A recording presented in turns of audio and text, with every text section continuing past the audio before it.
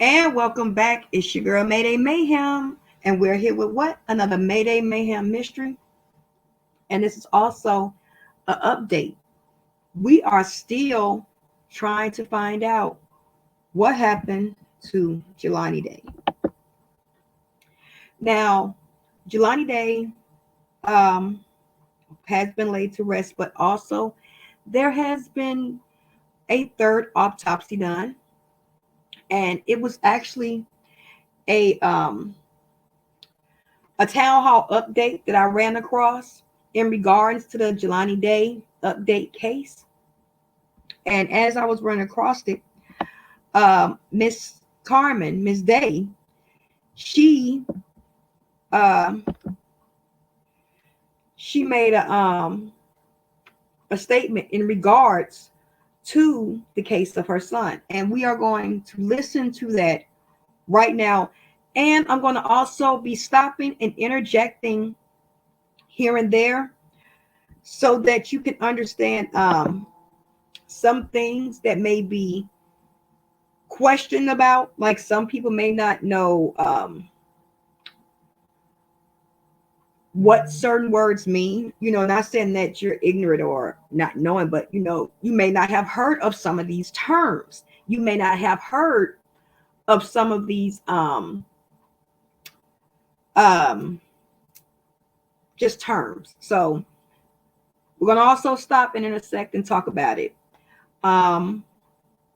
This is a live stream that was done through Operation Push. I will put the link in the description below for the Operation Push so you can check out the whole stream, because there were a lot of key people that are helping Miss Day and the Day family and trying to understand what happened and try to get a resolution to what happened and try to understand what happened to Jelani. Like, everybody just want to know what happened to him.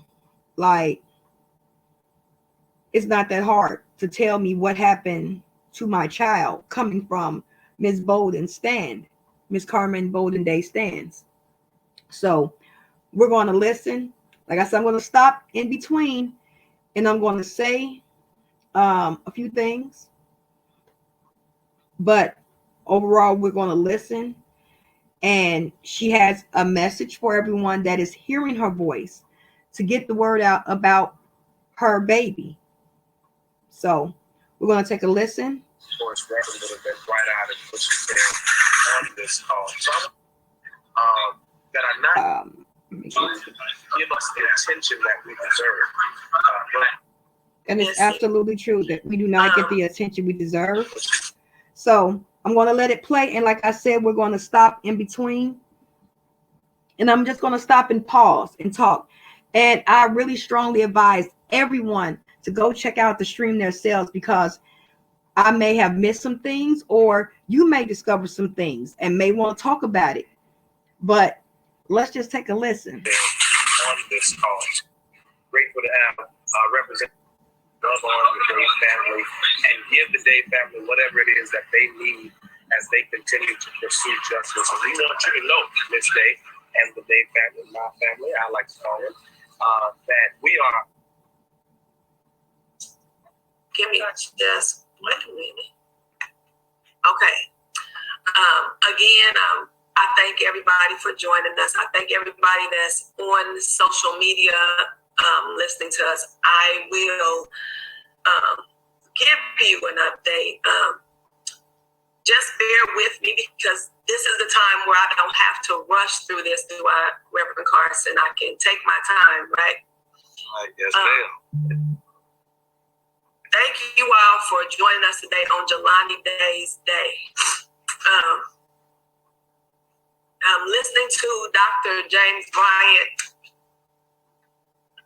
it really upsets me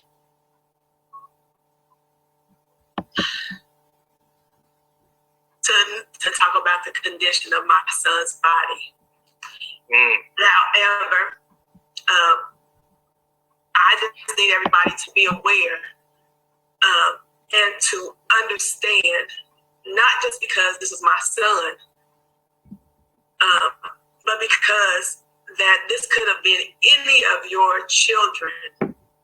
How important it is and what about urgency it is that nobody has to go through this again. So, as you all know, on Monday, August the 23rd, that was my last time speaking to my son. On Wednesday, August the 25th, I received a phone call that my son was missing. On August the 26th, on August 25th, when I received that phone call, that night I also reported Jelani missing. On August the 26th, I had spoken with the professor or the clinical director that sent the officers to my home. She had given me her timeline and her last contact with Jelani. She helped me on that day to. I wasn't in Bloomington that morning, so she contacted someone from the police department, and that is how a detective was assigned to my case for Jelani. Also on that day, Jelani's car was discovered in Peru. Now, for anyone that doesn't know, Peru is a sundown town. If you look up or Google the sundown towns in Illinois, Peru, Illinois is one of those. And Now, we're going to pause right here, and we're going to briefly talk for a second what a sundown town really is. Now, here I am in Illinois, and I grew up knowing exactly what a sundown town was. It is a town or a place where people of color, Black people, are not allowed after the sun goes down. So the true definition of a sundown town, as up on the screen, also known as sunset towns, gray towns, or sundowner towns, are all white municipalities or neighborhoods in the United States that practice a form of racial segregation by excluding non-whites via some combinations of discriminatory local laws, intimidation, or violence. Entire sundown counties and sundown suburbs were also created by the same process. The term came from signs posted that colored people had to leave town by sundown. This practice was not restricted to the southern states, at least until the early 1960s. Northern states could be nearly as inhospitable to Black travelers as states like Alabama or Georgia. Now, you can look up how many sundown towns there are in Illinois, or suspected sundown towns, or towns that in the past have been considered sundown towns, and it's alarming. So, yes, that is a real thing, and majority, like some parts, allegedly, I have to say, of Illinois are somewhat considered sundown towns. Like, they have documentaries that happen right around southern Illinois where people live in these towns, and even the Black people that do live in these towns know that this is a sundown town and know that there are certain places that they cannot be when the sun goes down. So this is a real thing. What Miss Carmen is talking about, it's real. It's just not in the southern states, it's in the northern states too. And with Illinois being like that Midwest right in between, yeah, it's a real thing. For those who do not know what a sundown town is, or have never even heard of that term, yes, it's a real thing. Myself, I have experienced that. Like, I know there are certain parts of Illinois, due to the melanin in my skin, that if I am caught, they don't care about me being a woman. Yeah. She don't go there.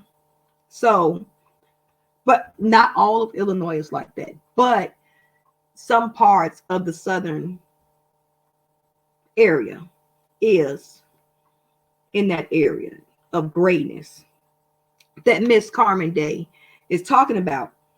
And when you look at the case and everything surrounding her son, you can easily see why this was brought up. There has been no coverage. Like, anyone listening to me, how many times have you heard Jelani Day being posted across the screen on CNN, MSNBC, ABC, any news outlet?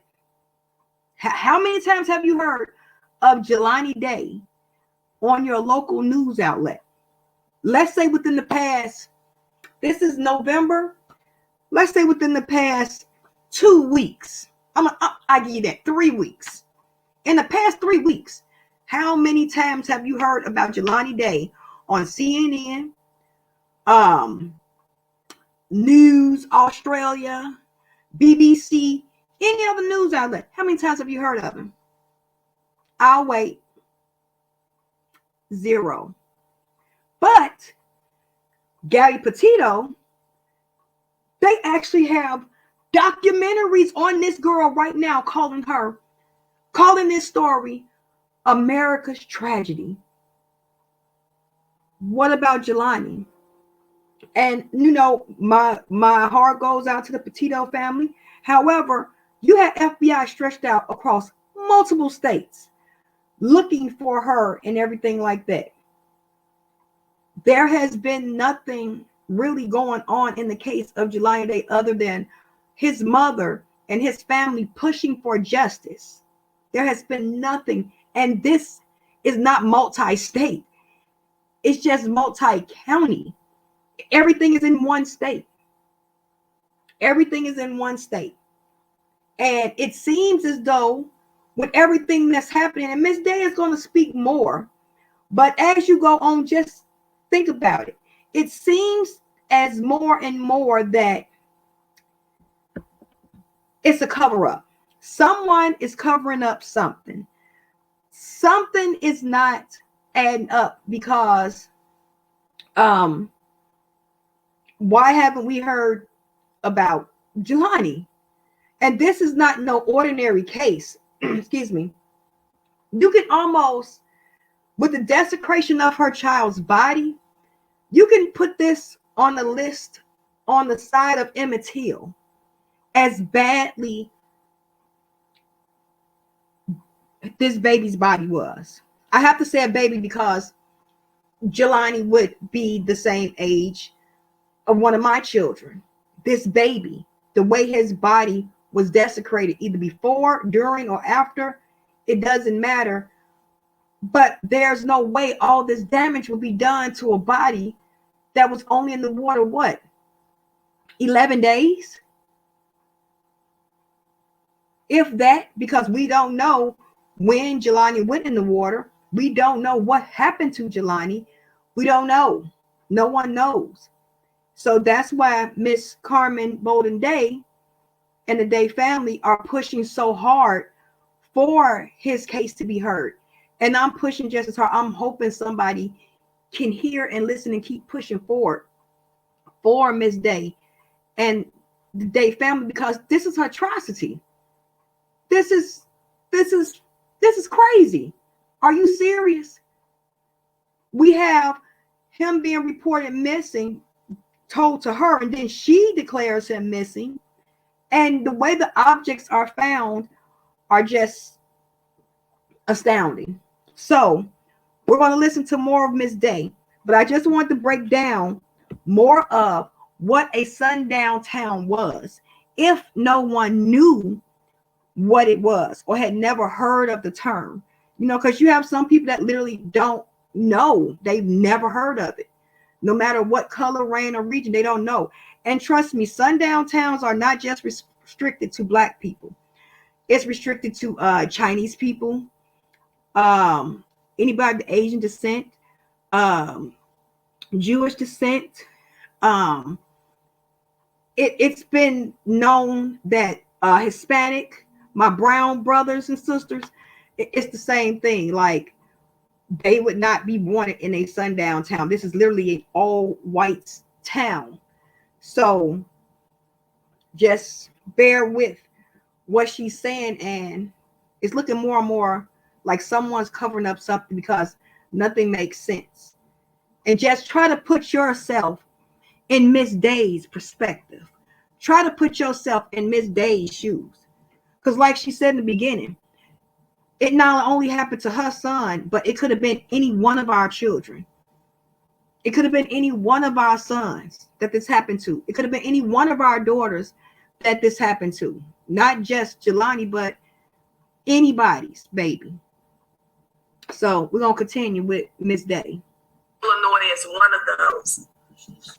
And a sundown town is an all-white municipality or neighborhood in the U.S. that practice a form of racism or racial segregation. And we all know through history that if you are a person of color, you should not be found in a sundown town when the sun goes down. Now, my son had no connections to Peru. He didn't know anybody in Peru. He did not grow up in Peru. So Jelani's car being found in Peru was not something that I would have ever thought that it was a place that Jelani would visit.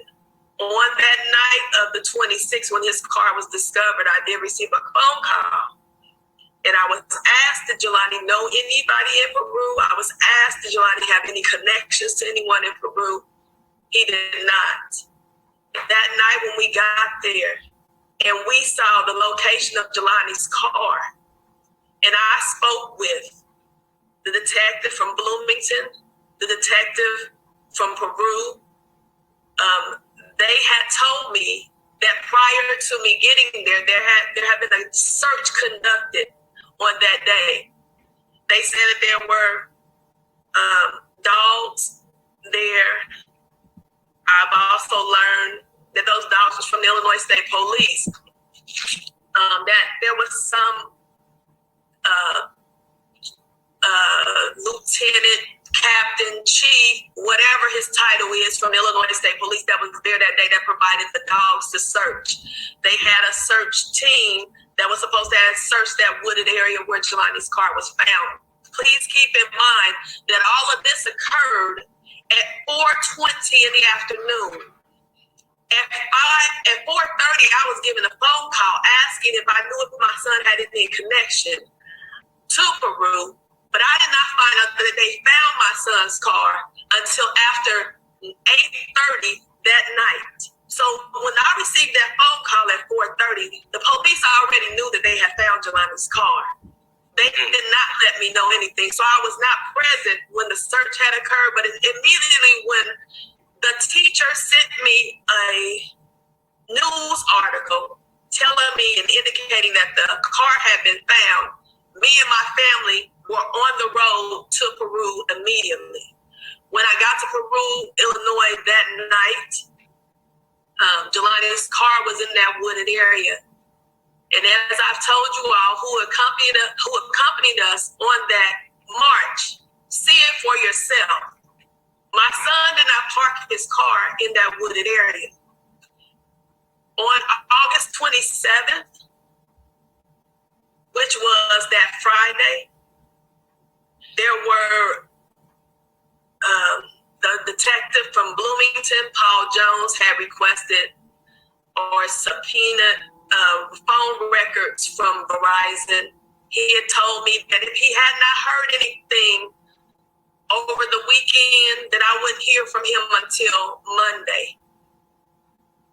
Me being Jelani's mother, I couldn't wait till Monday to hear from nobody concerning my son. So it was on August 27th that I decided to organize my own search. It was on August 27th that I posted a post on social media to let everybody know I had no idea as to what I was doing, but I needed all of your assistance to help me.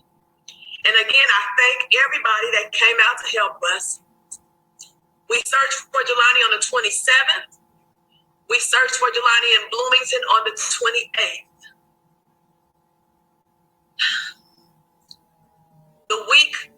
The following week was on September the 2nd when I spoke to Brad Jones, who is the detective from Peru.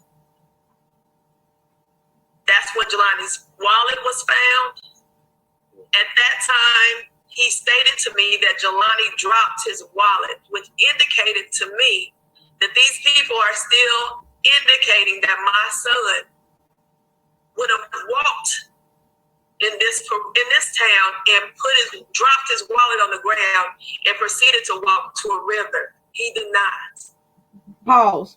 Now, as you said, you heard Ms. Day say, there's no way he would have had his car in a wooded area and then walk, because they did do a walk from where the car was found to where his keys was found to where clothes and body was found, and there's no way that that boy would have walked that far. Why would he walk if he has a fucking car? That part never made any sense to me. Why would he walk and he has a car, and the car was found off to the side in a wooded area? He had a car, a working, functioning car. There was no reason why the car would be parked over to the side. Then his wallet is found in Peru. Now, let's not forget, Peru has been allegedly stated as one of those sundown towns. And let's not forget Jelani, where he goes to school at, it's only like 3% Black children there. There's not a large supply of melanated children there. So that's even frightening. And for him to be in Peru, somewhere where he was not from, somewhere that he did not frequent, somewhere where his mother presumably, for him knew that him not to be with, and now all of a sudden his car and keys is found in Peru, car and wallet, and oh, he dropped it. It's just crazy how all these people are finding little trinkets of Jelani, but none of these people want to talk about Jelani. You know what I'm saying? So let's continue. Proceeded to walk to a river. He did not. Jelani didn't walk to that river. So that was on August 20. That was in September when they found his wallet.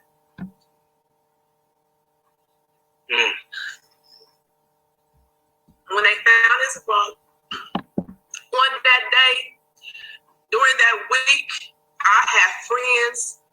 I had people in social media that I did not know that were calling search companies to help assist us to find Jelani, because I did not know where my son was. Illinois Search and Rescue was one of those search teams that we contacted, and they contacted Peru Police Department. On that day, Brad Jones had told me that he was going to have a phone call with them to see about them organizing a search. That search took place on September 4th.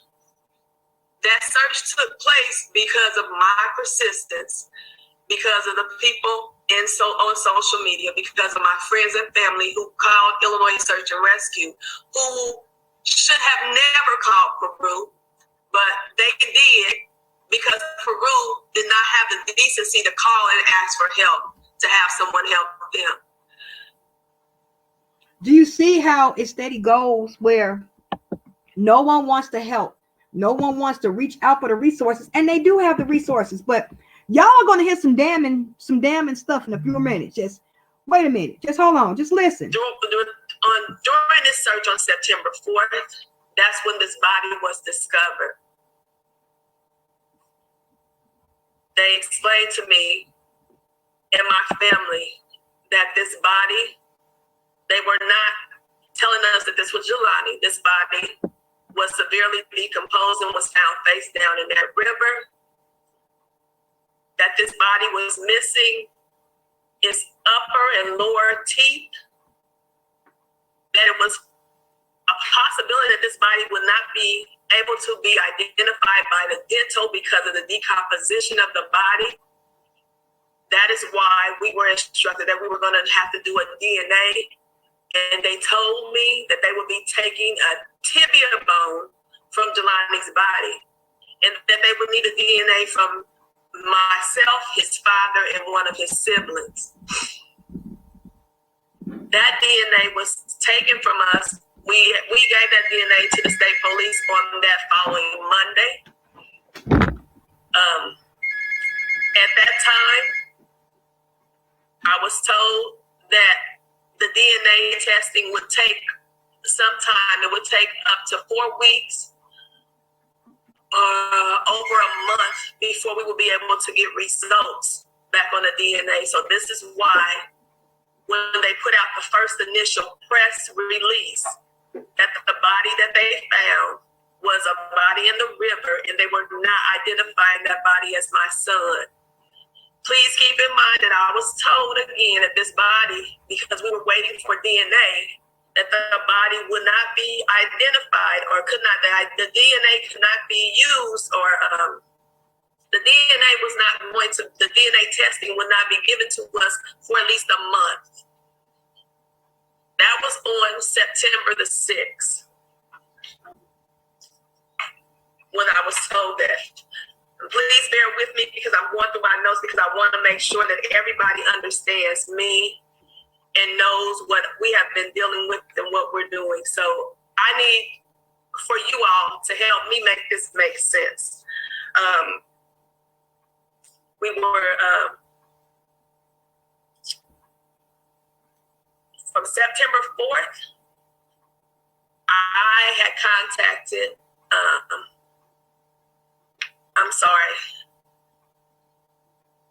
So when we were told about the dental records and that they were a possibility that the dentals would not be a strong thing with identifying the body, I did tell the coroner, Richard Plock, that I would be contacting dentists to see if I can locate dental records for Jelani.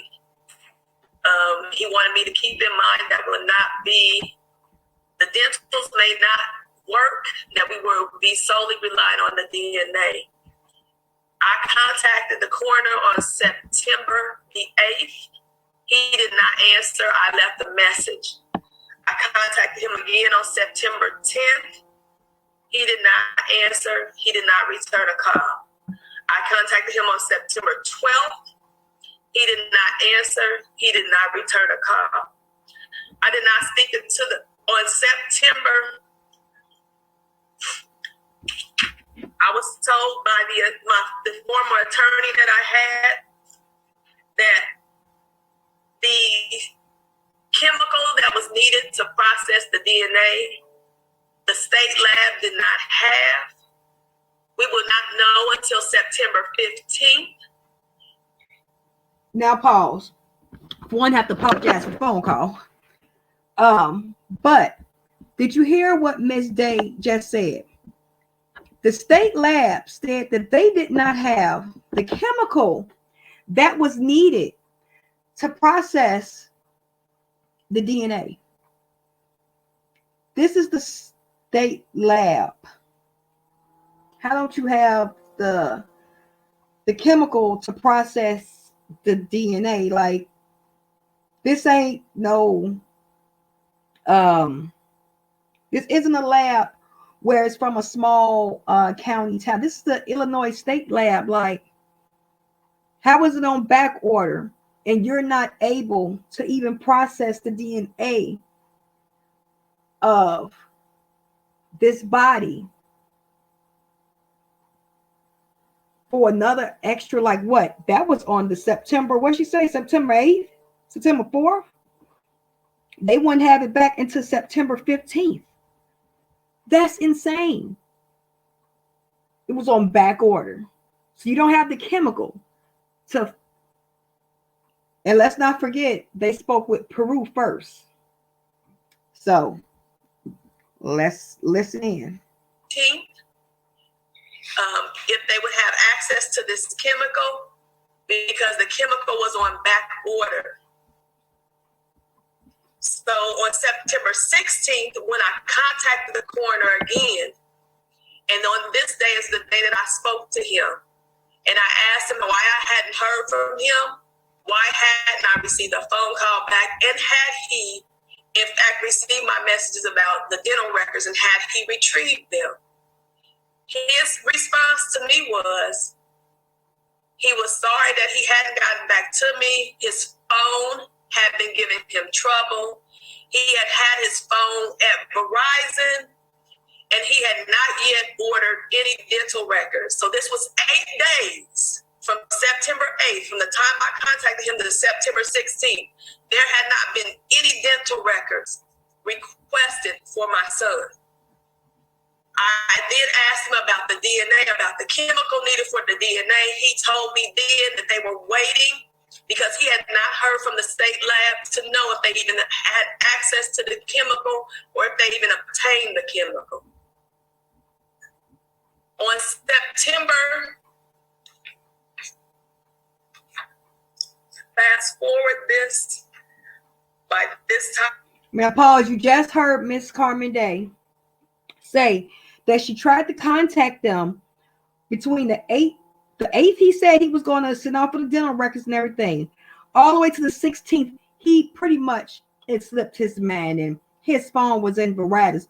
What does your phone being in Verizon have to do with a case about a body being identified? What it seemed like they was just stalling and wasting time, stalling. Because let's not forget, at first they said the body did not have any upper or lower teeth.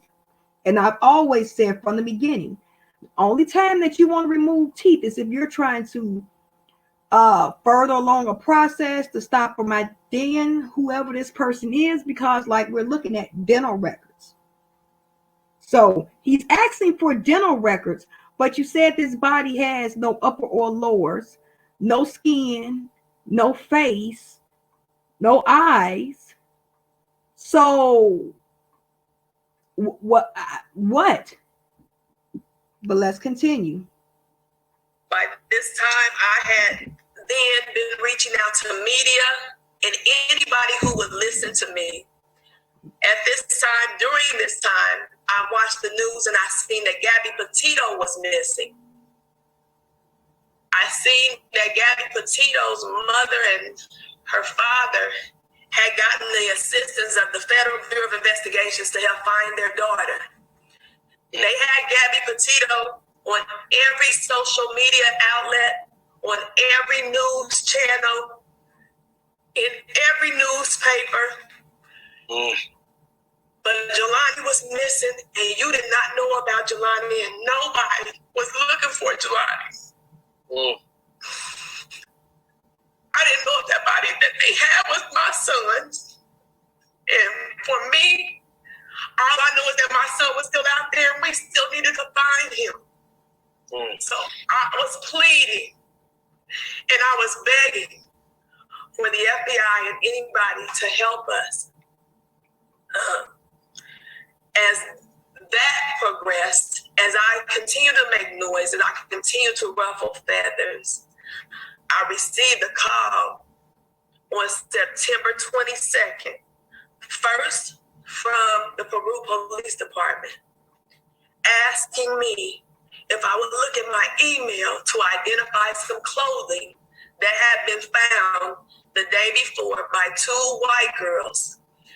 And they identified these girls as 2 white girls that were ISU students that were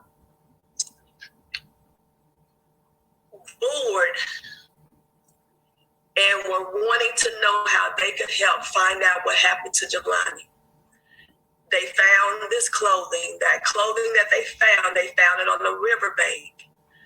The riverbank in which they found the clothing was 1.5 miles away from where the body was found on September 4th.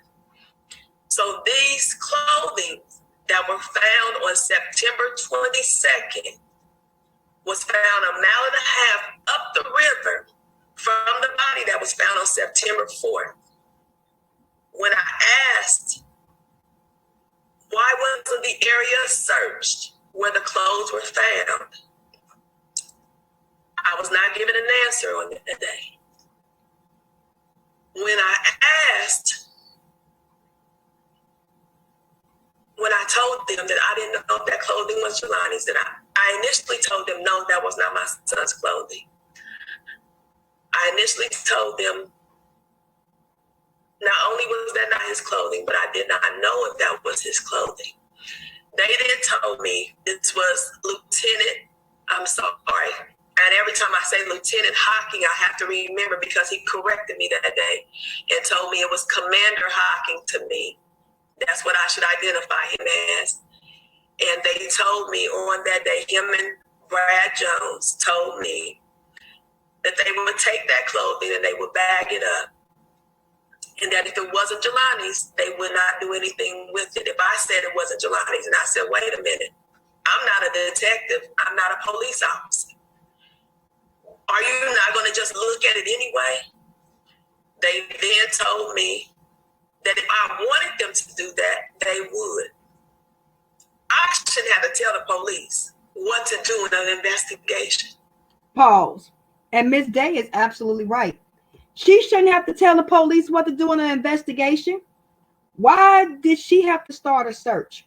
Why did she have to get on social media to try to find out what's going on and what happened to her baby? When, as she said before, Gabby Petito was plastered from coast to coast, even in Australia's CNN.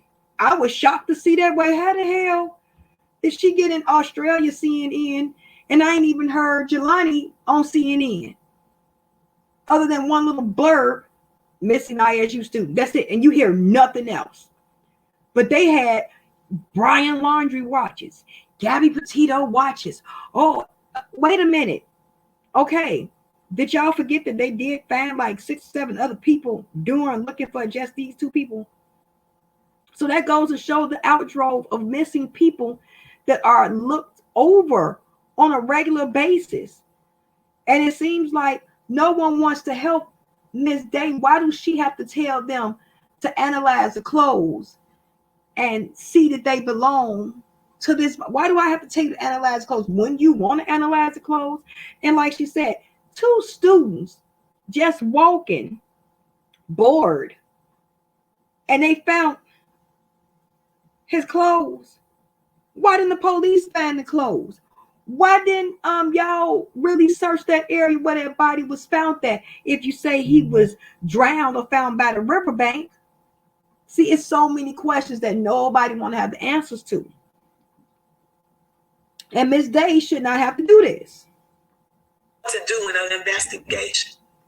I shouldn't have to tell the police to check clothing. When I got off the phone with them, I looked at a picture of my son from the day that I last seen him in a picture, leaving beyond hello. And the shoes that I saw him in, and the shirt and the shorts, those were his clothing. And again, I posed the question, how could they not find the clothing on the same day that they found the body? Exactly. I then got a call later on that day, probably about an hour later, from the coroner, who told me that he had now obtained copies of Jelani dental records. He asked me, had Jelani went to a dentist in Alabama? I told him I did not know. He said, well, you should know. It's on your insurance. I said, well, I do not know. He could have. He said, your insurance is Delta Dental. These are the records that we have. We will bring an odontologist that will work late into the night to identify these dentals as your son, and these are your sons. And I said, whoa, wait a minute. Why are we looking at dental records when you just told me that this body had to be positively identified by DNA. And he said to me, either you want to know if this is your son or you don't. And look at the utter disrespect that she gets. Do you want to know if this your son or not? Excuse me? What do you mean? For one, it took you a whole week, 2 weeks to even get the dental records because, oh, your phone was in the shop and you forgot it. You didn't have time to send off for them. Now, you asked about questioning me whether he went to get his teeth done or have work done in Alabama. And she like, I don't know. And you questioning her on where he went and got work done on his teeth. Are you even questioning that? Like how, well, your insurance, what does it matter? I don't know if he went there or not. What and then you're questioning her if he went to get some work done. This boy is some 24, 25 years old. Jelani can drive a car. If he wanted to go to Alabama to get some work done, he could, but I don't know why would he. Maybe they had family, but she don't know. And he's in Southern Illinois. That would take a nice leap. You know, is those even Jelani's dental records? And like she said, hold on, you said you only need to be positively identified through DNA because the body had no teeth. So why are dental records even really, why are you coming at me over some dental records? So.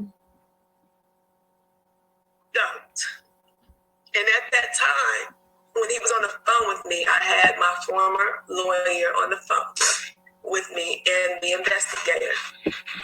And that lawyer spoke up for me then, and she said to him, and excuse my language, but I'm going to be very frank. She said, who in the F do you think you're talking to like that? This lady has lost her son.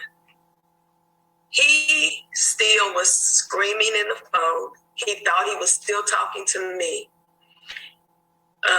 She then identified herself. He then calmed down, and then the phone call ended. He ended up calling right back, and he apologized. And then he said that tempers had been raised, and I was screaming at him, and that he just wanted to know, were we going to be there on the 23rd at 9 a.m. to find out if this body was going to be my son. I told him that I would be there. My attorney at the time indicated that she would be there, and my private investigator said that he would be present. On September 23rd, we all showed up. They read the preliminary autopsy findings to us, and they identified this body as my son by the dental records, but they also identified this as my son by DNA. At that time, I'm confused because they didn't have the chemical. And if they did obtain the chemical, it was supposed to take a month or more for them to get all the findings back, because this had to be going under some kind of, it had to go through some kind of process. And that process was supposed to take a month. And, but they knew within 24 hours by the DNA that this was my son. And they read it to us, and they told us it was 99.99% that this was Jelani Day. As they continued to read the information, they continued to insinuate that Jelani had done something to himself, that they did not find any trauma to this body that was found. But please keep in mind, the body that was found was severely decomposed. So I don't know if the external trauma, it didn't have any skin. So you wouldn't have been able to determine if there were bruises. They indicated there were no broken bones, but they were waiting on the toxicology. And at the time, they did not have the toxicology report, so I did not have a final autopsy report. I got my son's body back on August the 27th. On that day, it was sent to the funeral home to retrieve my son. He was taken to Chicago, where I had my own second autopsy performed. Whereas if you all know that I have Dr. James Bryant on the phone who done the second autopsy, when I spoke to him, he indicated to me that he asked me, rather, what happened to your son? I said, I don't know. That's what I paid you for. You tell me what happened to my son. He then told me, well, only reason that I can say that this is your son is by the toe tag that was on the bag.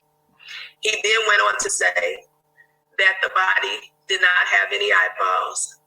He went on to say that there was the liver, the spleen, and the brain was not present with the body.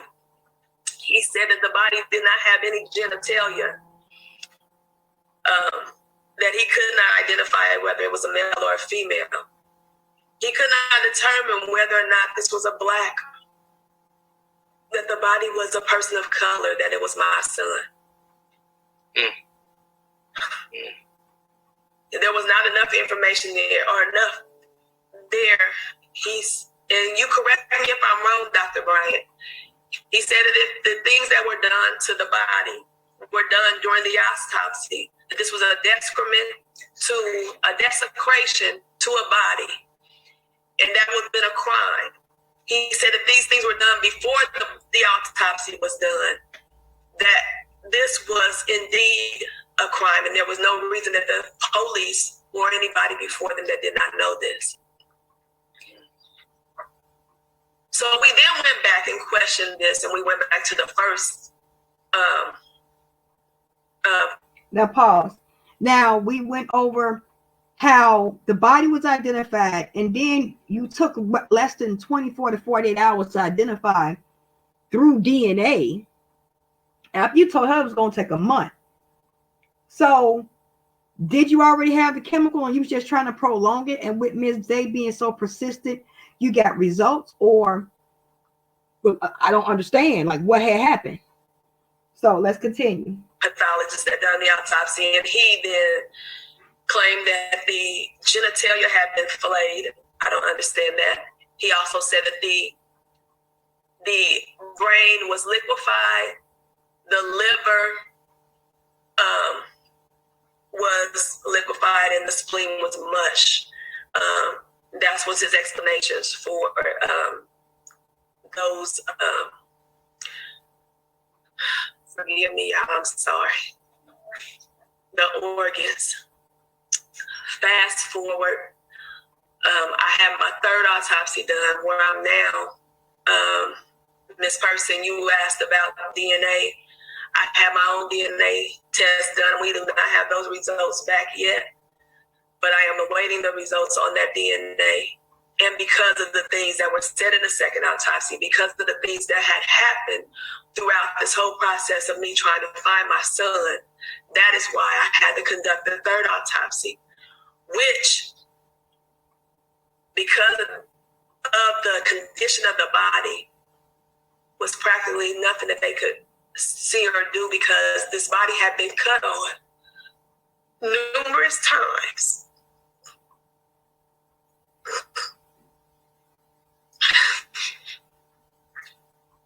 This body had went through so much that the only thing I can do right now is wait to determine about the DNA.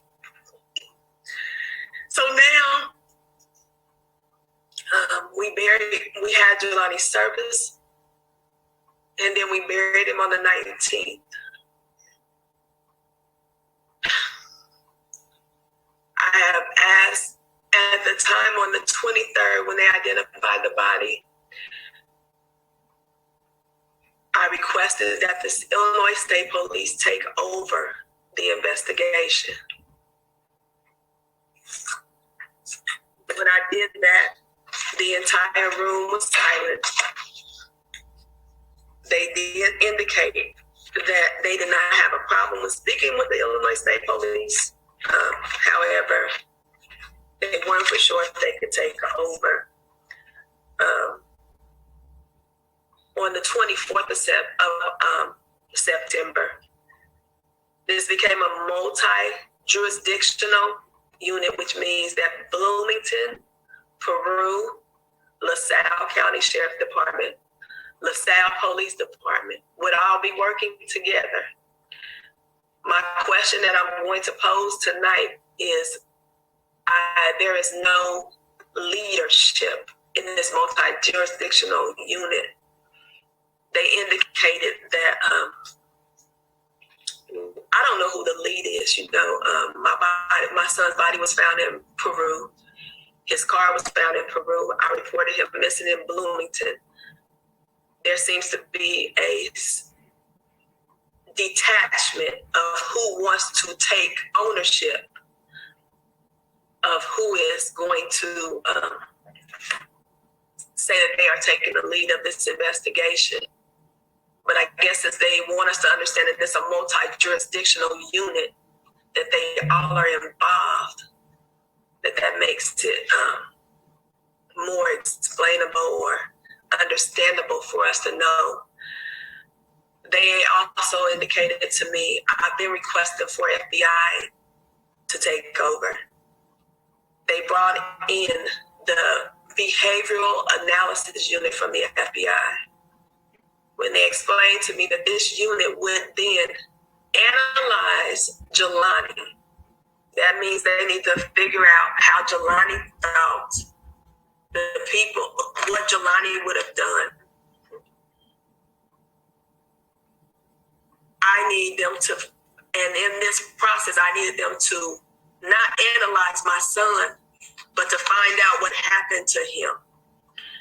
And I have to agree with Ms. Day. Why would you bring in the behavior analysis unit for him being a victim? I don't think his behavior would be telling about what happened to him. We already see his behavior. He was supposed to go to a meeting. He was dressed for a meeting. Then he went to a dispensary and then he came up missing.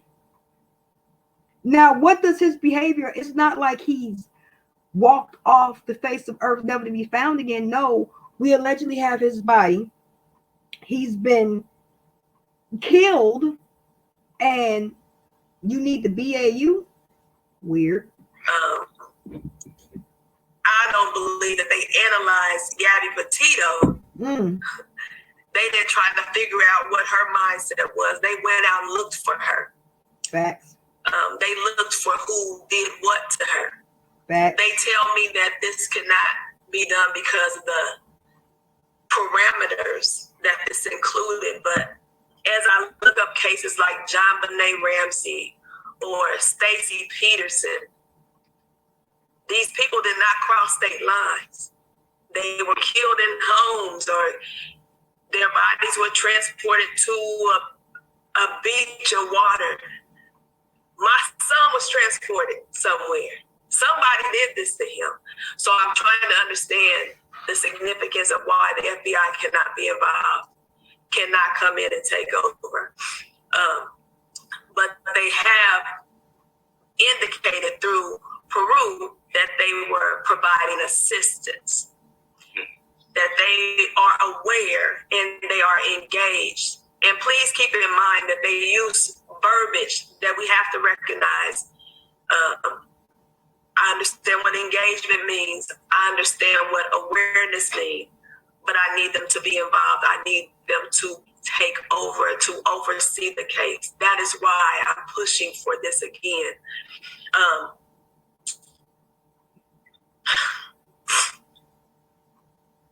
So Jelani's car was found in Peru. The wallet was found in Peru. The lanyard was found. The body was found. The phone was just recently found. to know is that the phone has been, so they tell me, has been turned over to the FBI. I have not spoken to anyone with the FBI to determine if this is a fact, that this has actually happened, because I've been told things that were supposed to happen between August the 25th and September the 23rd that did not occur or happen until September 24th. When speaking with detectives between August the 25th and September 23rd, there were supposed to be a number of search warrants and subpoenas that were supposed to go out for Apple, for Verizon, that did not go out until after September 24th. There were a number of people that were interrogated or questioned, only to say, well, Carmen, I just think they were very concerned, or they were very interested, or that they were very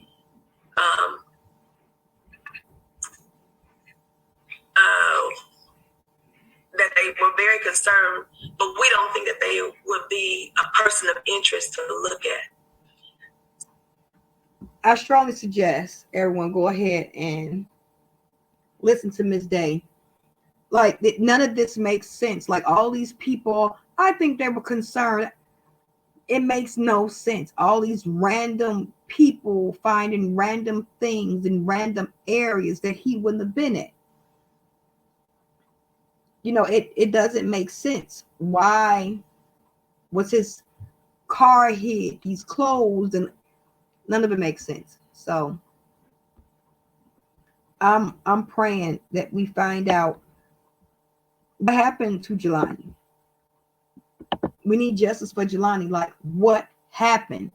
There's no way that this young man was going to school to be a doctor. No, he was not a blogger. No, he wasn't a celebrity, but he was somebody's child. He was somebody. He was a human being. And there's no reason that his body should have been found in the condition that his body was found in. That's crazy. That's insane. And somebody know what happened. Now, we have all these multi-jurisdictions that's supposed to be helping. Illinois State Police is not helping. Why haven't the FBI stepped in? Why do Ms. Day have to go from platform to platform to platform just trying to get her son's name out there when they had whole specials for Gabby Petito and Brian Laundrie? No lie, I just saw something about Brian Laundrie about 2 days ago. Y'all, no disrespect, but y'all still talking about Brian Laundrie. Why haven't we heard anything about Jelani Day? We haven't heard anything about Orson West. We haven't heard anything about Summer Wells. We haven't heard anything about all these other missing ISLU students, all these other missing children. We haven't heard nothing about, but you dragged on Gabby Petito in front of Brian Laundrie's mama and them house. I mean, it was astonishing. Found other people along the way, but never once did I hear anything about Jelani Day.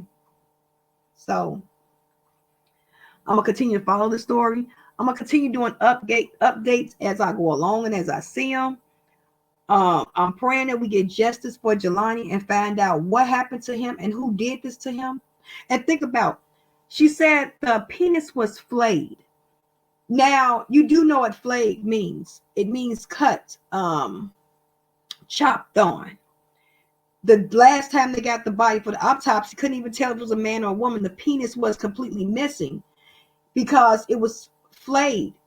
You see in a lot of hate crimes, especially against Black men, that sometimes they like to remove the genitalia, cut the genitalia, to try to take away more of the manhood. And with everything being found in what is alleged a sundown town, and no one is trying to step up and take responsibility for the case, and it just keeps pushed off more and more and more. You know, it's looking more and more like someone is trying to cover up something, or somebody doesn't want someone to know something. But I'm still hopeful. I'm still praying justice for Jelani. We find out what happened to him and who did these heinous things to him. No parent should have to endure what the Day family or any other family has endured. The loss of a child in such a cynical and inhumane way. Somebody knows something.